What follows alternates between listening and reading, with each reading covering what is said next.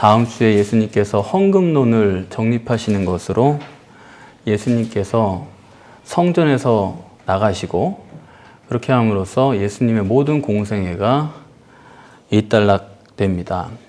그러니까 오늘 본문이 예수님 공생애의 끝에서 두 번째 단락이에요. 그러니까 당연히 중요하고 이것은 예수님으로부터는 어떤 유언적 의미가 있다 이렇게 봐도 될 것입니다. 그런데 하나님께서 확실히 우리랑 다르신 게요. 우리 같으면 아주 중요한 문제를 정립한다 그럴 때 그거 이렇게 길게 써놓을 것 같은데 주님은 짧게 하시는 거예요. 전 단락도 그랬지만 이번 단락도 겨우 석 절밖에 되지 않습니다. 많이 고민하고 생각하고 그리고 세심한 주의를 기울여서 정립하라. 그런 뜻이죠. 그러니까 본문이 그만큼 중요하고 그만큼 어렵다. 본문에 서기관의 그 외식론이 나오고 있는데 외식은 다 아시는 대로 겉다르고 속다른 겁니다. 그런데 외식론이 왜 중요하냐? 마태복음도 23장에 그 전체를 외식론으로 하셨습니다. 그리고 바로 그 다음 달 24장에 종말론이 전개가 됩니다. 마찬가지로 마가복음과 누가복음도 이렇게 외식론을 한 장에 정립을 하신 다음에 그 다음에 순서가 종말론을 정립을 하세요. 오늘 보면 마지막에도 그 받는 판결이 더욱 중하리라.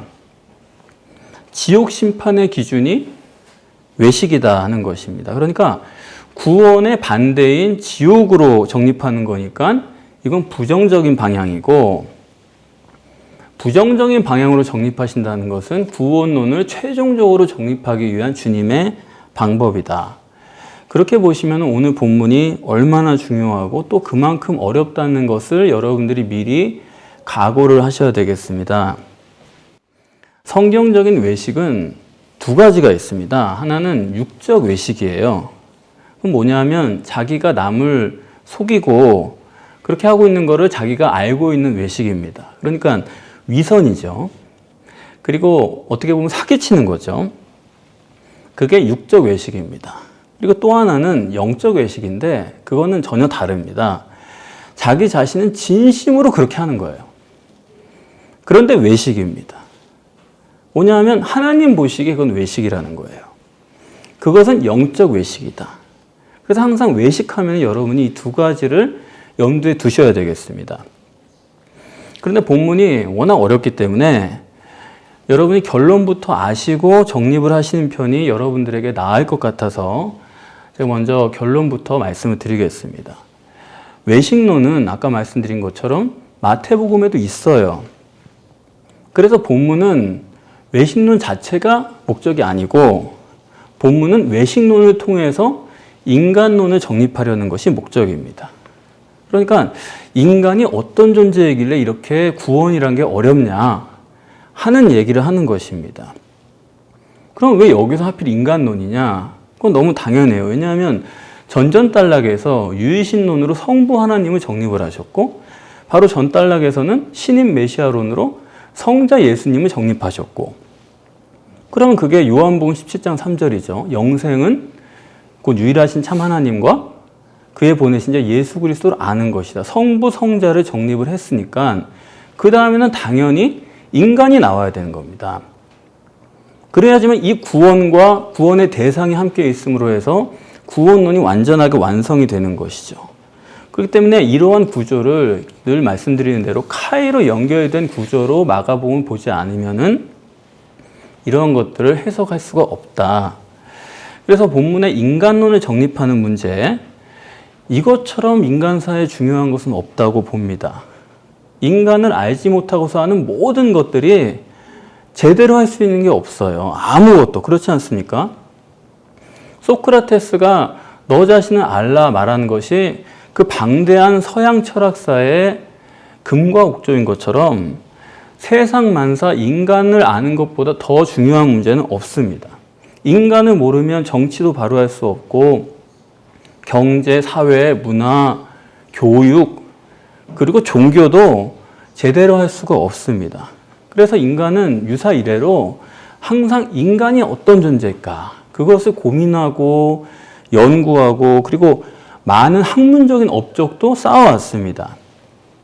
그런데 불행하게도 인간을 심각하게 모른다는 문제가 여전히 남아있는 것입니다. 가장 비근한 예를 의학에서 생각할 수가 있습니다. 의학이란 건 인간이 있어온 이래로 역사가 깊죠. 인간의 보이는 육체만 계속 연구를 해온 것입니다. 그러나 그간에 그렇게 연구해온 의학이 그 정도라고 하면 인간의 육체를 꽤 많이 알아야 되지 않겠습니까?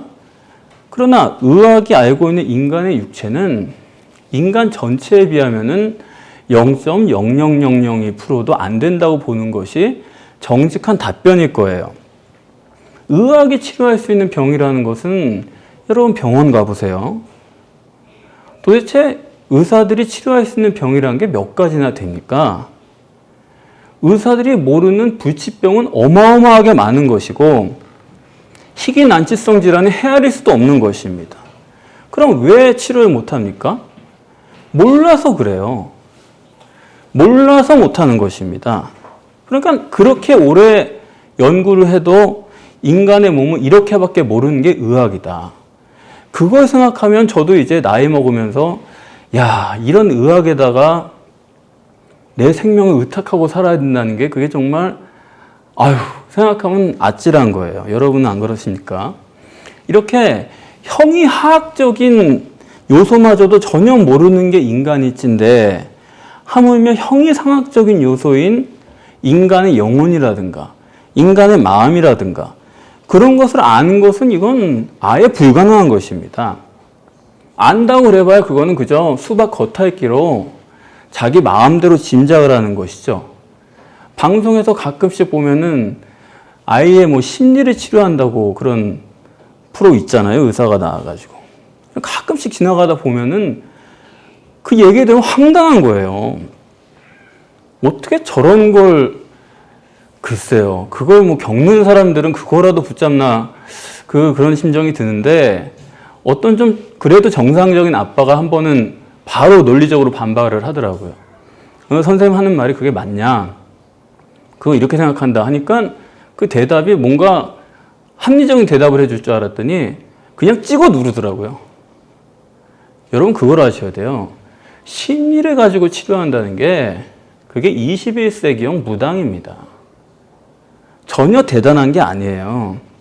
의학이 이렇게 과대 포장된 면이 있기 때문에 여러분 내 몸은 내가 알아야 되는 거예요. 다른 사람이 나를 다 알 수 있는 게 아닙니다. 그래서 인간이 어떤 존재냐 의학이 알 수 있는 게 아니고 철학이 알 수 있는 게 아니고 무슨 심리학이 알 수 있는 게 아닙니다. 그래서 저는 여러 가지 면에서 성경을 보면서 아주 감복을 합니다만은 이건 정말 하나님 말씀이다. 특별히 인간을 성경이 규명하는 걸 보면은 놀라요. 어떻게 이런 걸 아는가? 그럴 수밖에 없겠죠. 인간을 설계하시고 창조하신 그분이 쓴 책이니까요. 그래서 성경을 빼놓고는 인간을 알 수 있는 게 없다. 무슨 인문학이 인간을 아는 게 아닙니다. 심지어 인간의 육체마저도 성경을 빼놓고서는 알 수가 없어요. 성경을 통해서 인간의 육체도 연구를 해야 되는 것입니다. 그런데 여러분이 그래 인간이 중요하다. 내가 인간에 대해서 성경에서 알고 싶다. 그렇게 막연하게 생각을 하셔도 인간을 알 수 있을 것 같으세요? 그렇지 않습니다. 지난달락에도 그 천재 같은 서기관들이 성경을 펴놓고 신인 메시아에 대해서 알아봐야 되겠다 연구를 하는데 그렇게 해서 알지를 못하지 않습니까? 신인 메시아의 정체성의 핵심은 그가 단위의 존재냐 이중 존재냐 그것입니다. 마찬가지로 여러분이 인간을 이해하는 가장 핵심은 인간이 단위의 존재냐 이중 존재냐 이 점을 여러분들이 깊이 생각하고 정확하게 초점을 맞춰서 고민하지 않으면은 육체도 모르고 영혼도 모르고 결국은 사람을 잘못하는 것입니다. 육체도 마찬가지예요. 여러분 생각에는 육체는 단일하게 육체다, 육체뿐이다 이렇게 생각하실 수도 있지만은 아닙니다. 여러분 운동을 하실 때 아령 하나를 들어도 그냥 내가 들었다 놨다 한다고 운동이 되는 게 아니에요. 내가 어느 지점에 근육을 눌릴 것인가를 이걸 보면서 신경을 초점을 맞춰가지고 운동을 해야 거기 근육이 붙는 것입니다. 그러니까 국가대표 축구 선수가 그래요. 자기가 그동안에 부상을 몇 번 당했는데 부상을 당한 날을 생각해 보면은 내가 경기를 위해서 몸이 다 준비되는데도 불구하고 그날따라 이상하게 정신을 집중을 못하고 경기 중에 자기 정신이 산만한 날이었다라는 거예요. 그러니까 육체도 단련한다고 되는 게 아니라 육체도 이중입니다. 하나님께서 육체를 설계하실 때도 신경과 그 외의 모든 것으로 나뉘어서 설계를 하신 거예요. 그러나 신경과 그 외의 모든 것이라는 것을 막연하게 그냥 육체 하나로 다 알려고 하니까 신경도 모르고 육체도 모르는 것입니다. 그래서 의사들이 가장 모르는 부분이 바로 신경에 관한 거예요. 뇌졸중이 와서 마비가 오고 기능이 잘못돼도 신경을 고쳐야겠는데 그 신경을 어떻게 고쳐야 될지 모르니까 중추신경에 손을 못 대니까 말초신경을 건드느라고 뭐 손가락을 마사지하고 이렇게 하려고 하지 않습니까? 그러니까 끝에서부터 생각을 하는 거예요. 원인에 대해서 손을 못 대는 것입니다. 그러니까 신경과 그 외의 것으로 육체도 만들어졌다고 하는 성경의 그런 관점을 가지고 이거 보면은 그 연구의 방향이 전혀 달라질 수 있는 부분이죠. 따라서 이렇게 육체 자체도 이중 구조일 뿐만 아니라 인간은 형이상학적인 정신과 영혼과 형이하학적인 육체라고 하는 이중 구조를 가지고 있다는 점을 우리가 확실히 알아야 이것이 인간을 이해하는 가장 핵심되는 기반이 되는 것입니다. 인간을 그냥 여러분들이 단일 존재로 아시면은 뭐든지 그냥 열심히 하면 돼요. 운동도 그냥 무조건 열심히 하고 심지어 기도도 그냥 열심히 하면 되는 거예요. 기도 열심히 하라는 말이 뭐냐면 그 사람 단일한 인간으로 보는 겁니다. 인간이 영적 존재고 이중적 존재라는 걸 알면 기도도 그렇게 안 해요. 기도도 열심히 해서 되는 문제가 아니에요. 영을 살려서 기도하는 법을 터득해야 되는 것입니다. 여러분이 자녀를 교육하실 때도 물론 저희 교회 설교를 어느 정도 참고로 하실 거라고 저는 믿지만은 더 하셔야 됩니다. 그 아이가 영이 주체여야 되는 거지 그 아이가 교회를 다닌다 하더라도 그 아이를 물리적 인간으로 우리가 보고 그런 식으로 가르치고 그런 식으로 길을 열어주기 시작하면요. 교회를 아무리 다녀도 걔는 안 다니는 애들이랑 똑같은 거예요. 이 점은 운동을 하셔도 문제가 되고 교육을 하셔도 문제가 되고 모든 여러분의 생활활동에 다 문제가 되는 일입니다. 오늘 본문에 예수님께서 인간론을 정립하시면서 그 인간을 직접 이렇다 하신 게 아니고 어떻게 하시냐면 외식론을 통해서 인간이란 이런 거다. 외식하는 속성을 통해서 인간이란 이런 존재다. 이렇게 정립을 하신 거예요. 우회해서 그러니까.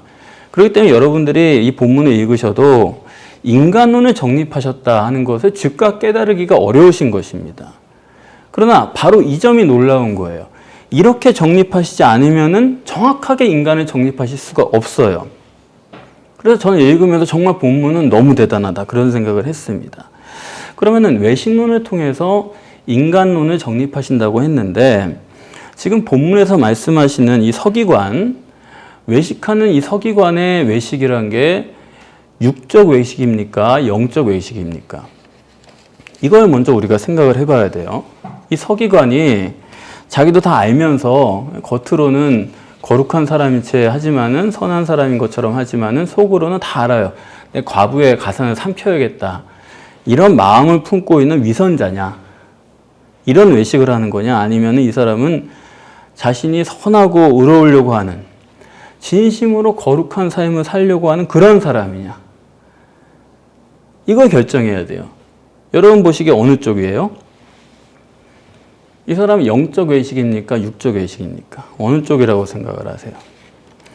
38절에 보면은 이렇습니다. 본문 그대로 제가 읽어드리면은 예수께서 가르치실 때에 가라사대 긴 옷을 입고 다니는 것과 시장에서 문안받는 것과 회당의 상자와 잔치의 상석을 원하는 서기관들을 삼가하라 이렇게 써 있는데 우선 이거는 번역이 잘못됐습니다.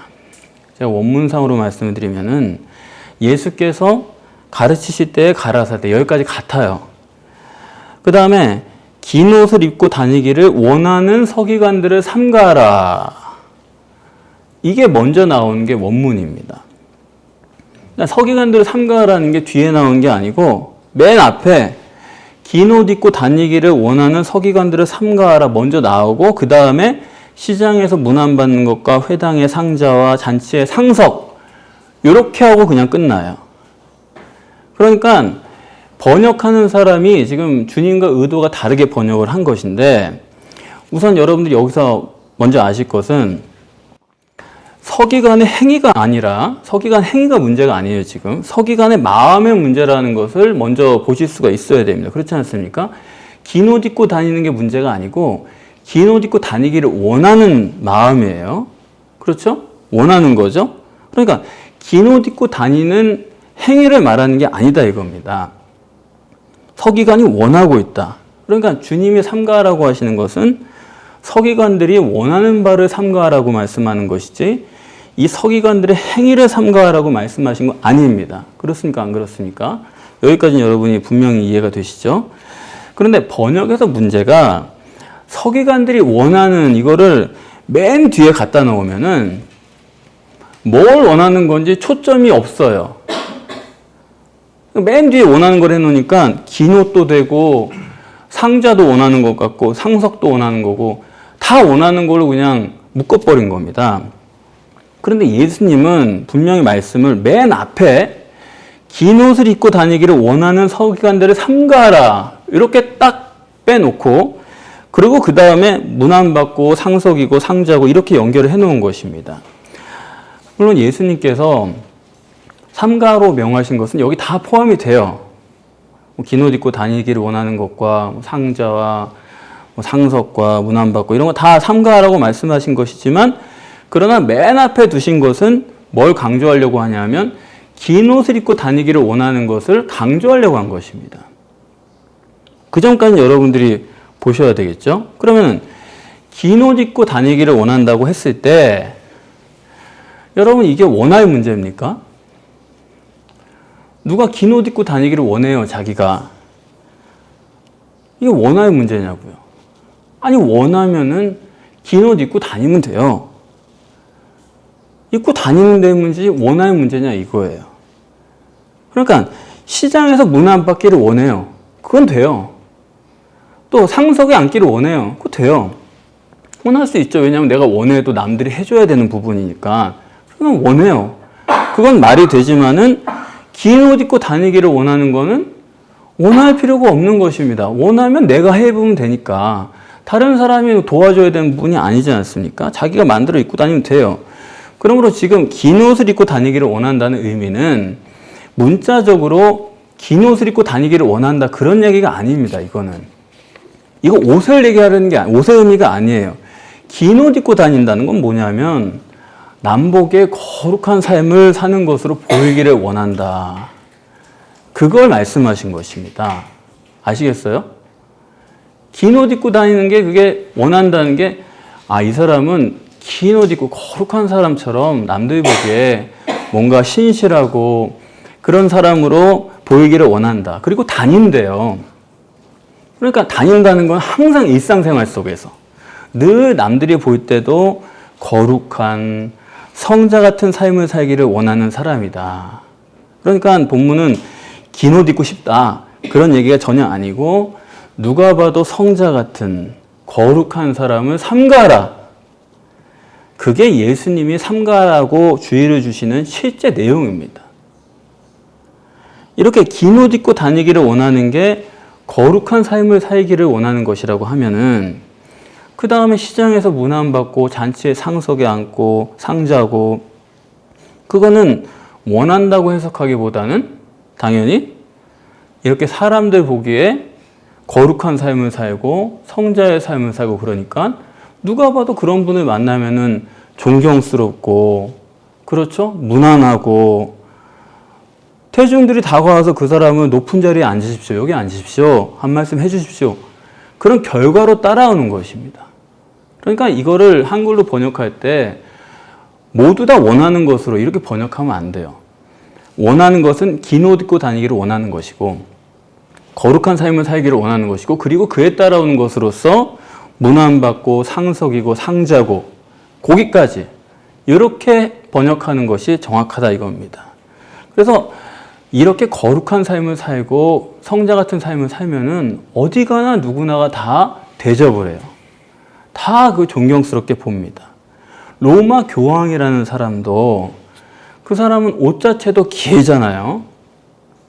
아주 더 이상 화려할 수 없는 그런 옷을 입고 다녀요. 제가 보기에는 얼마나 우스운지 모르겠는데 어쨌든 그런 옷을 입고 다니는데, 그러고 마는 것이 아니라 아주 천주교도들한테는 예수님 동생으로 보는 게 아니고 교황을 글쎄요, 제가 보기에는 예수님 형님처럼 그렇게 모실 정도로 대단한 사람이더라고요.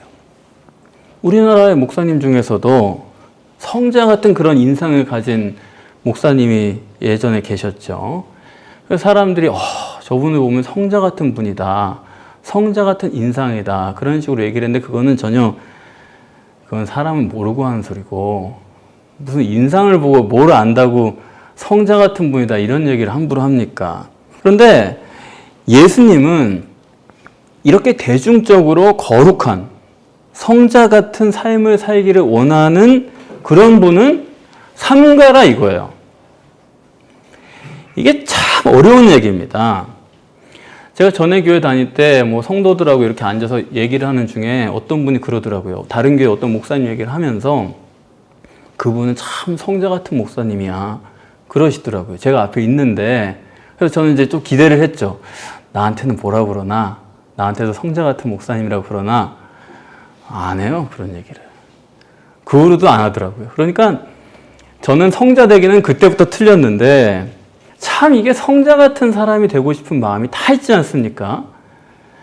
고민이에요. 그러면은 왜 이 서기관들은 성자 같은 삶을 살려고 하느냐? 다른 사람의 존경을 받고 늘 다른 사람 보기에 거룩한 삶을 살기를 원하고 왜 그러느냐? 예수님은 서기관들이 외식을 한다는 것입니다. 40절에 보시면은 외식으로 번역한 이 본문의 단어는 프로파이노예요. 이게 좀 특별한 단어인데 앞만 보는 그런 뜻입니다. 앞을 보는. 그게 뭐냐면 앞에 있는 외모만 보는 그런 뜻이에요. 그러니까 이 서기관들이 왜 외식을 하느냐, 왜 이렇게 거룩한 삶을 살고 이런 소원을 가지고 사느냐 할 때 그 이유를 예수님은 인간은 외모만 보는 존재이기 때문에 그렇게 되는 것이다 라고 말씀을 하는 것입니다. 왜 서기관들이 그렇게 긴 옷을 입고 다니기를 원하고 그로 인해서 사람들의 존경을 받기를 원하고 왜 그러냐? 그들이 외모만 보는 사람들이기 때문이다. 그래서 사람이 외식을 하는 근본적인 이유는 외모밖에 못 보는 치명적 약점을 가지고 있기 때문입니다. 그걸 이렇게 강조해요. 심지어 어느 정도로 이 사람들이 외모밖에 못 보냐 하면 하나님께 기도할 때도 외모로 한다는 것입니다. 기도할 때 어떻게 기도한다고요? 길게. 어떤 사람은 그러잖아요. 기도할 때는 부르짖어 기도해야 돼. 기도할 때는 무릎 꿇고 기도해야 돼. 어떤 사람은 기도할 때 손을 들고 기도해야 돼. 전부 이런 식이죠. 물론 여러분들이 무릎 꿇을 마음이 있어가지고 무릎 꿇는 기도가 있을 거예요. 손을 들고 싶은 날이 있을 거예요. 그러나 그거를 기도는 손을 들고 해야 돼. 기도는 무릎 꿇고 해야 돼. 하나님이 여러분 무릎 꿇는 거랑 무슨 상관을 하세요? 하나님은 여러분 무릎 꿇는 걸 안 봅니다. 하나님은 여러분의 중심을 보시는 거예요. 근데 하나님께 기도한다고 하면서도 외적으로 하는 거예요. 그럴 정도다. 그러니까 가시적인 결과 기준인 사람이기 때문에 이것이 인간의 외식으로 발전한다는 것입니다. 사실 본문은 창세기 2장 25절과 창세기 3장 7절을 정립해 주신 인간론의 전체의 문제예요. 제가 보면 참 안타까운 게 여러분 선악과라는 게 모든 범죄의 원인이라는 거 아닙니까? 그러면은 선악과 범죄라는 게 도대체 뭘까? 그게 도대체 뭐가 그렇게 심각한 문제길래 인간에게 그런 치명적인 그런 문제를 가져다 줬을까? 그걸 생각해 봐야 되는데 그걸 아무 생각 안 해요. 제가 볼 때는. 제가 발견하기로는. 성경 얘기로는 딱 하나밖에 없습니다. 창세기 2장 25절에서 3장 7절로 사람이 바뀐 거예요. 처음에는 사람이 인간의 심령에만 관심이 있고 벌거벗었는지 뭐 했는지 관심도 없는 사람, 외모에는 관심도 없던 사람이 선악과를 먹고 나니까 그때부터는 벌거벗은 모습이 부끄러워졌다. 외모만 보는 사람이 됐다 이 얘기입니다. 그러니까 이 점에 대해서 심각하게 생각하는 사람이 아무도 없어요. 예수님 밖에는. 예수님만 이 문제를 가지고 깊이 생각을 하시는 것입니다. 그러니까 창세기 3장 7절에 벗은 줄을 알고 부끄러워서 무화과나무 잎으로 치마를 해 입었다 그 구절을 사람이 이제 외모만 보는 사람이 됐구나.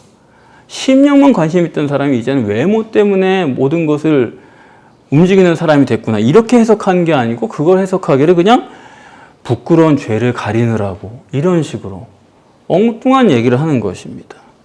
인간이 외모만 본다는 거, 이거 정말 치명적인 거예요. 카이로 연결된 전달락도 서기관들이 왜 신인 메시아를 보면서 다윗의 자손이라고만 합니까? 그 사람들도 외모밖에 못 보는 거예요. 눈에 보이는 다윗의 자손, 왕손, 그거지. 그 다윗에게 기름을 부어가지고 성령으로 역사해준 하나님에 대해서는 그게 있다. 그게 감동이다. 감하다. 이렇게만 해석을 하는 거지 실제로는 생각을 안 하는 겁니다. 기름을 부어야 그 사람이 메시아가 되는 건데도 그게 아니고 다윗의 자손이다. 성령은 관념으로만 있는 거지 실제로는 눈에 보이는 그 사람만 생각하는 거예요. 그러니까 인간을 가시적인 결과만 가지고 보면요. 인간은요, 여러분 다 누구를 보든지 그 사람은 그냥 단일한 존재입니다. 무슨 그 사람에게 영이 어디 있어요. 그 사람은 그냥 그대로지. 그 사람은 그 모습이죠. 그 드러나는 모습 자체지 그 속에 뭐가 다른 게 있어요. 그렇지 않습니까? 기껏해야 뭐 뇌의 작용이다.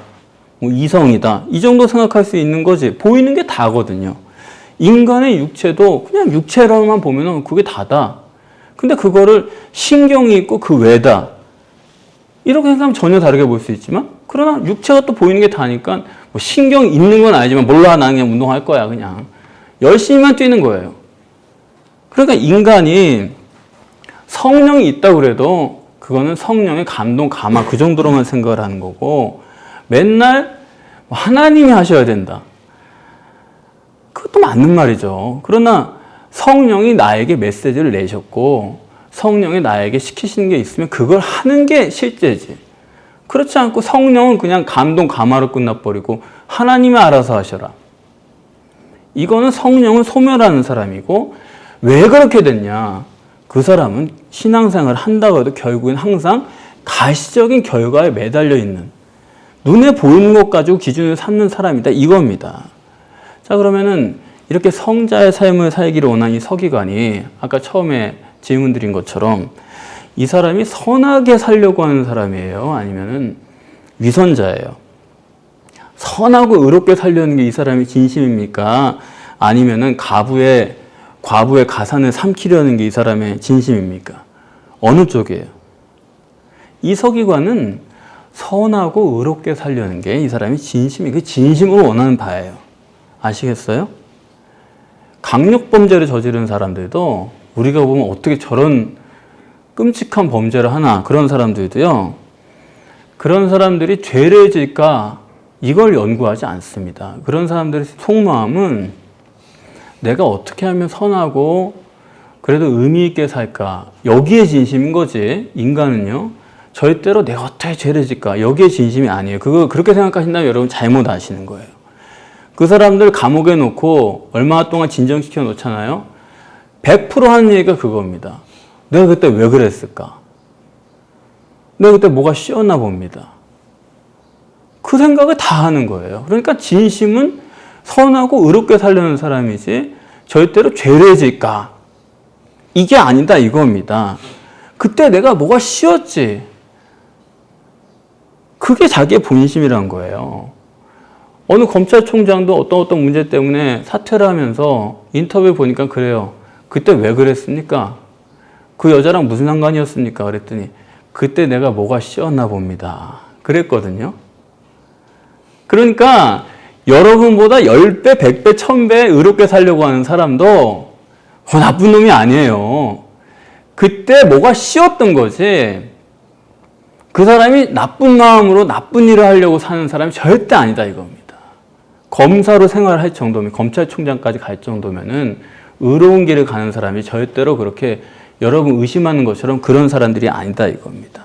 그러니까 지금 이 사람도 진심으로 선하게 살기를 소원하는 사람이에요. 그게 39절까지 이 사람의 소원입니다.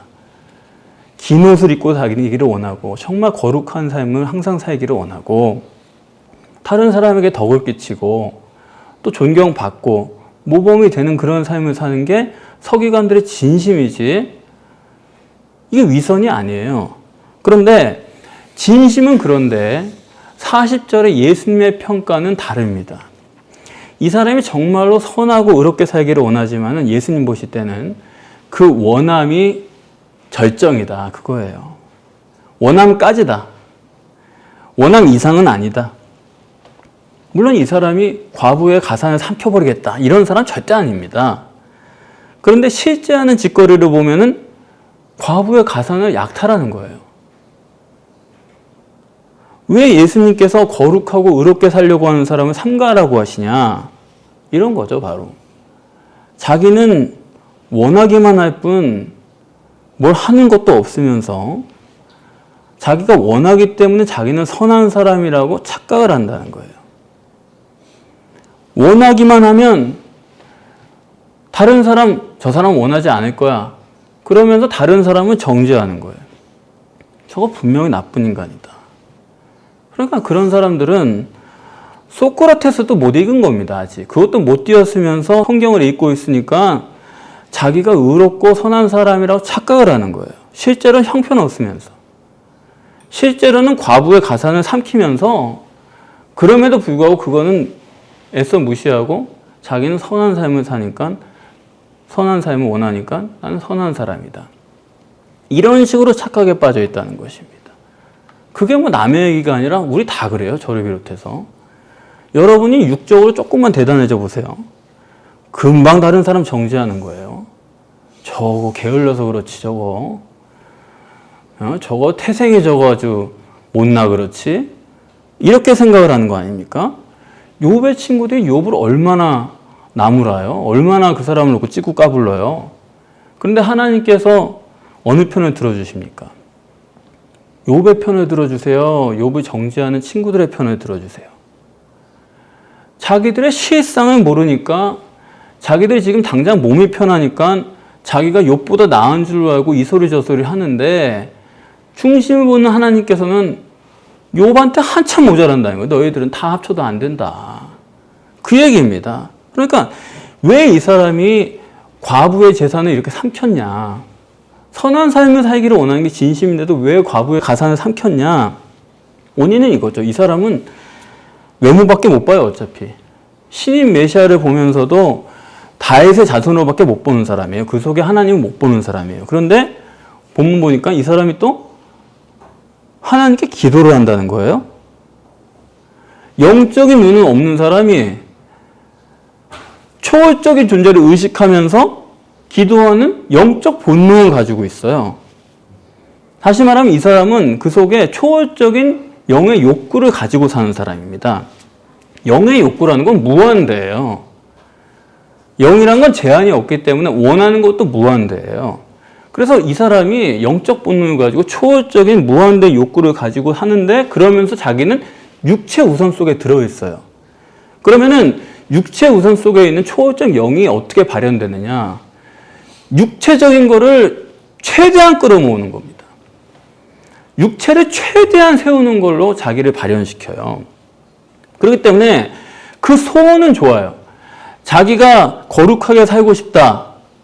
그러나 그것은 소원일 뿐이고 그것이 실제로는 초월적 욕구를 가진 영이 발현되기 때문에 육체 우선 속에서 그래서 과부의 가산까지도 자기가 끌어담으면서도 거기에 문제를 못 느끼는 것입니다. 100% 모르는 건 아니에요. 나로 인해서 문제가 생긴다는 건 모르는 게 아닌데 자기의 욕구가 너무 크기 때문에 그런 것들을 다 덮어버리는 것입니다. 여러분, 왜 부자들이 그렇게 끊임없이 재산을 쌓아나요? 아니, 그 정도 가졌으면 평생 놀고 먹어도 충분할 텐데 왜 그렇게 재산을 쌓아놓는 거예요? 그게 인간이 자기가 억제할 수 없는 영적 욕구를 가지고 있는 것입니다. 부자가 소박하게 옷 입는다고 해가지고 저분은 참 괜찮은 사람이고, 무슨 소리예요? 실제로 하는 짓을 보면 어때요? 그거 여러분 몰라서 그렇지 실제를 보면은 끔찍하죠. 정말 과부의 가산을 삼키는 일을 하는 것입니다. 그 사람들이. 목사는 또 어때요? 어디 가서 내가 창피해서 말을 안 합니다. 내가 쉴드를 쳐주고 싶어도 어떻게 할 수가 없어요. 목사질 해가지고 재벌이다. 아니, 자기는 그렇게 살면서 날품팔이 하는 사람한테도 11조를 해라. 그런 설교가 입에서 나옵니까? 그게 바로 과부의 가산을 삼키는 자 아니에요? 그렇지 않습니까? 또 교인은 어때요? 터줏대감이 돼가지고 남들 그거 손바닥만한 자리 잡고 신앙생활 하겠다고 하는데 그거를 못 잡아먹어가지고 거기서 잘난 체를 하고 거기서 훈계를 하고 못살게 굴고 도대체 그게 뭐예요? 여러분, 겉으로 봐가지고 사람이 위대해 보입니까? 사람이 겉으로 봐가지고 괜찮아 보입니까? 그럴수록 형편없는 거예요. 여러분, 그 사실을 아셔야 됩니다. 여러분, 잊지 마세요. 인간은 여러분 눈에 보이는 거는 자기 자신의 10,000분의 1도 안 된다는 사실을 여러분 아셔야 돼요. 내가 말하고 생각하고 이렇게 살고 이게 나 아니냐? 아니요. 빙산의 일각도 안 되는 것입니다. 실제로 여러분 누구냐? 여러분 초월적 영이에요. 여러분 이성이 아니에요. 여러분 가치관이 아닙니다. 그게 다가 아니에요. 여러분 영이 그 속에 있어요. 실제로는 초월적 영이고, 그런데 그 영이 마귀의 자녀라는 사실을 여러분 잊으시면 안 돼요. 초월적 영이, 무한대의 영이 마귀에 사로잡혀 있다고요. 그래서 우리가 정말 내가 나다운 삶을 살고 싶으면요, 자기가 수련하고 훈련하고 거룩한 삶을 살려고 원하고 그렇게 할 게 아니고 자기를 포기해야 됩니다. 자기를 붙들고는 하는 마귀의 종노릇밖에 못해요. 자기를 포기해야 돼요. 포기해야지만 성령이 손을 쓰실 수가 있는 겁니다. 근데도 사람이, 인간이 이중존재라는 걸 깊이 이해를 못해가지고 여전히 보이는 게 다고 그게 난 줄 알고, 그럼 육체를 세워야지만 그게 잘 되는 것으로 생각을 하고 그게 신앙으로 생각을 하고, 그러니까 육체를 세워야지만 되는 사람은 죽을 때까지 그거 해야 되는 거예요. 왜냐하면 육체가 다니까. 근데 이중존재를 깊이 아는 사람 같으면은 영인의 주체이기 때문에 그 영이 나타날 수 있도록 육체를 부인해야죠. 자기를 부인하고 어려운 상황에 처하고 이런 것을 오히려 정말로 내 진정한 그 무엇이 드러날 때구나. 하나님이 그걸 기다리느라고 이렇게 모든 것을 나에게 주고 계시구나. 그게 고난이든 어려운 시간이든 그렇게 받아들일 수 있어야 되는 것입니다. 이 서기관처럼 내가 선하게 살고 의롭게 살고 다른 사람에게 존경받고 싶고, 이거는요, 인간에게는 정당한 욕구예요. 정직한 겁니다, 이 사람은. 그런데 그런 것은 내가 내 육체를 세워가지고 해결될 수 있는 문제가 절대 아니에요. 남 깎아내려가지고 되는 문제도 아니고, 방법은 전지전능하신 하나님이 성령으로 내 안에 들어오셔서 그분의 은사로만 우리가 선하고 의롭게도 살 수가 있는 것입니다. 성령 안 들어오시면 어떤 인간도 선하고 의롭게 살 수가 없어요. 기껏 해가지고 하는 게 과부의 가산을 삼키고 마는 것입니다.